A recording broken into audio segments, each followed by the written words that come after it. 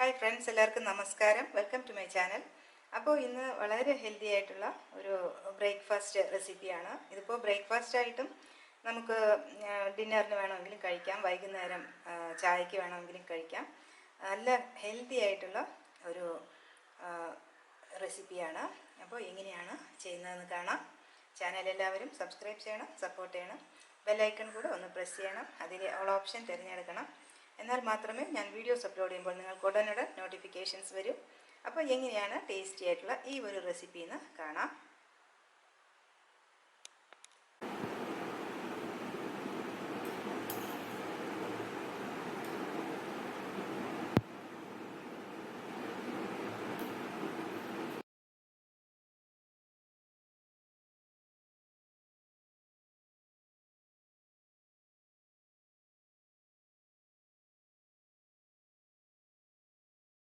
അപ്പോൾ നമ്മളിന്ന് ചെയ്യാൻ പോകുന്നത് ഒരു ബ്രേക്ക്ഫാസ്റ്റാണ്.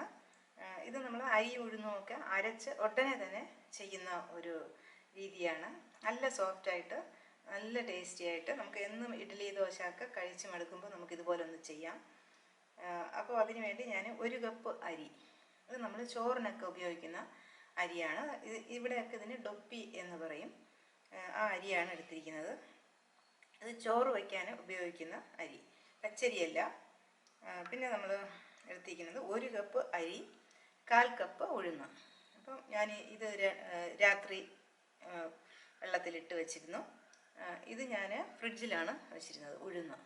ഉഴുന്ന് പുളിച്ച് പോകാതിരിക്കാൻ ഞാൻ ഫ്രിഡ്ജിലെടുത്ത് വെച്ചിരുന്നു. അരി പുറത്ത് തന്നെ വെച്ചിരുന്നു. ഇനി നമുക്കിത് നന്നായിട്ട് അരച്ചെടുക്കാം. അധികം ലൂസാക്കാതെ ചേർത്ത് കൊടുക്കാം. ഇപ്പം ഞാനിതാ ഇതുപോലെ അരച്ചെടുത്തിട്ടുണ്ട്. കുറച്ച് തരികളൊക്കെ ഉണ്ട്. ഫൈൻ പേസ്റ്റല്ല, കുറച്ച് തരിയുണ്ട്. അപ്പോൾ ഇനി നമുക്ക് ഈ മാവിനെ ഒന്ന് കട്ടിയാക്കണം. അപ്പോൾ ഇത് ലൂസായിട്ടാണുള്ളത്. അപ്പോൾ നമുക്ക് ഈ മാവിനെ ഒന്ന് ടൈറ്റാക്കണം. അപ്പോൾ ഞാൻ ഒരു 1/4 കപ്പ് അവലെടുത്തിട്ടുണ്ട്. ഇതിനെ ഒന്ന് നമുക്ക് പൊടിച്ചെടുക്കാം. എന്നിട്ട് നമുക്കിത് ടൈറ്റ് ആവാൻ എത്ര ആവശ്യമുണ്ടോ അത്രയും ചേർത്ത് കൊടുക്കാം. ഇപ്പോൾ ഈ അവലിന് പകരം പച്ചരിപ്പൊടി വേണമെങ്കിൽ നമ്മൾ പുട്ടിന്, ഇടിയപ്പത്തിന് ഒക്കെ ഉള്ള പൊടി, നല്ല നൈസ് പൊടി വേണമെങ്കിൽ ഇതിനെടുക്കാം. ഇത് നമ്മൾ അരച്ചത് കുറച്ച് തരിയായിട്ടായതുകൊണ്ട് നല്ല നൈസ് പൊടി ചേർത്ത് കൊടുക്കാം. അപ്പോൾ അവൽ പൊടിച്ചെടുത്തിട്ടുണ്ട്.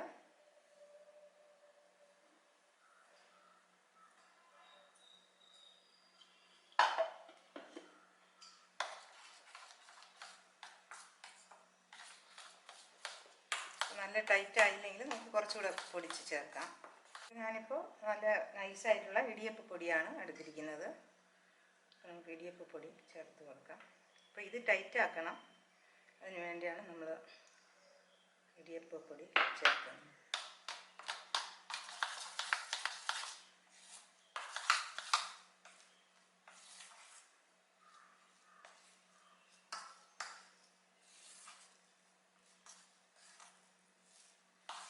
ഇപ്പോൾ തന്നെ ടൈറ്റായി തുടങ്ങി. കുറച്ച് ജീരകം, ഒരു 1/4 ടീസ്പൂൺ ജീരകം ചേർക്കാം.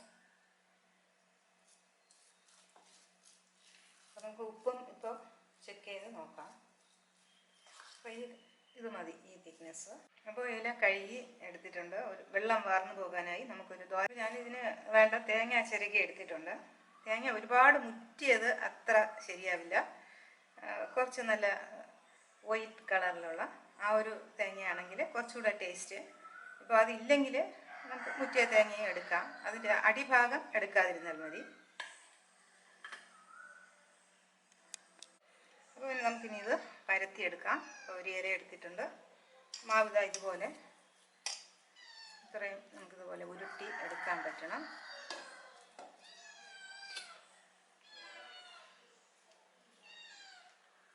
കൈ ഒന്ന് നനച്ച് കൊടുത്താൽ ഒട്ടിപ്പിടിക്കാതെ വരും.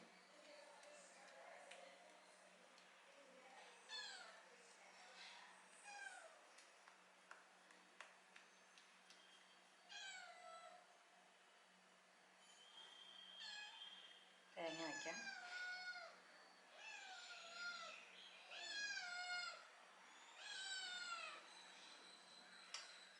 ഇതെങ്ങനെ എടുത്ത് മടക്കാം. മടക്കുമ്പോൾ ഒരുപാട് പ്രസ് ചെയ്ത് ഈ അറ്റം മാത്രം ഇങ്ങനെ പ്രസ് ചെയ്ത് സൈഡ് മാത്രം പ്രസ് ചെയ്ത് കൊടുത്താൽ മതി. സെൻറ്റർ അങ്ങനെ പൊങ്ങി തന്നെ ഇരിക്കണം. സെൻറ്റർ ഇങ്ങനെ പ്രസ് ചെയ്ത് കൊടുത്താൽ അത് നല്ല ഒരു ഷേപ്പ് നമുക്ക് കിട്ടില്ല. അതുകൊണ്ട് ഇതുപോലെ സൈഡ് മാത്രം ഒന്ന്, ടേസ്റ്റും അതുപോലെ ഇങ്ങനെ ഒരു സൈഡ് മാത്രം ഒന്ന് ഇങ്ങനെ ഒന്ന് പ്രസ് ചെയ്ത് കൊടുത്താൽ മതി. ഇപ്പോൾ ഞാൻ എല്ലാം തന്നെ പരത്തി എടുത്തു. ഇപ്പോൾ സ്റ്റീമറിൽ വെള്ളം തിളയ്ക്കാനായി വെച്ചിട്ടുണ്ട്. ഇനി നമുക്കിത് അടുക്കി വയ്ക്കാം. ഒരുപാട് കുത്തി നിറയ്ക്കാതെ ഒരു ചെറിയ ചെറിയ ഗ്യാപ്പ് വിട്ട് അടുക്കി വയ്ക്കാം.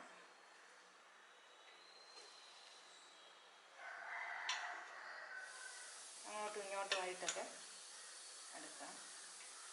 ഈ തണ്ട് അകത്ത് വരത്തക്കവണ്ണം വയ്ക്കാം.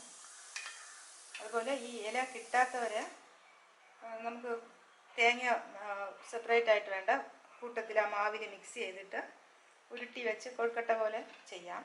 പക്ഷേ ഇതുപോലെ ചെയ്യുമ്പോൾ കുറച്ച് കൂടുതൽ ടേസ്റ്റ് കാണും.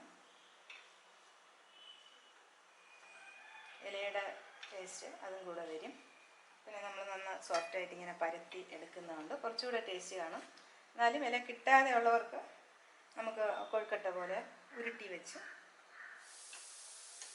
അങ്ങനെ സ്റ്റീം ചെയ്തെടുക്കാം.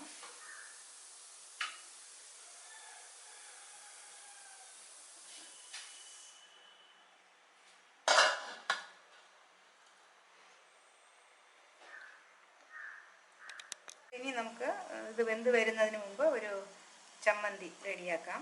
ഇപ്പം ഞാനിവിടെ കുറച്ച് ചെറിയ ഉള്ളി, 1 ടീസ്പൂൺ മുളക് പൊടി, ആവശ്യത്തിന് ഉപ്പ്, ഇതിനെ ഒന്ന് അരച്ചിട്ട് കുറച്ച് നന്നായിട്ട് അരച്ച് വെളിച്ചെണ്ണ ഒഴിച്ച് നമുക്ക് ഇതിനെ തൊട്ട് കൂട്ടാനായി എടുക്കാം. ഇപ്പോൾ ഏത് സൈഡ് ഡിഷ് നമ്മുടെ ഇഷ്ടത്തിനനുസരിച്ച് എടുക്കാം. ഇപ്പോൾ കൊച്ചു കുട്ടികൾക്കൊക്കെ പഞ്ചസാരയോ ശർക്കര പാനിയോ അതൊക്കെ തന്നെ ഇഷ്ടമുണ്ടെങ്കിൽ അതൊക്കെ എടുക്കാം.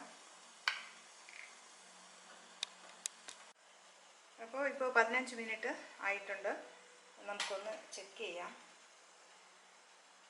വെന്തിട്ടുണ്ടോ എന്നുള്ളത്. ഇതുപോലെ എടുക്കുമ്പോൾ നന്നായിട്ട് വരണം. മാവിൻ്റെ എന്തെങ്കിലും ഒരു ടെക്സ്ചർ തോന്നിയാൽ കുറച്ച് സമയം കൂടെ ആവിയിൽ വെച്ചാൽ മതി.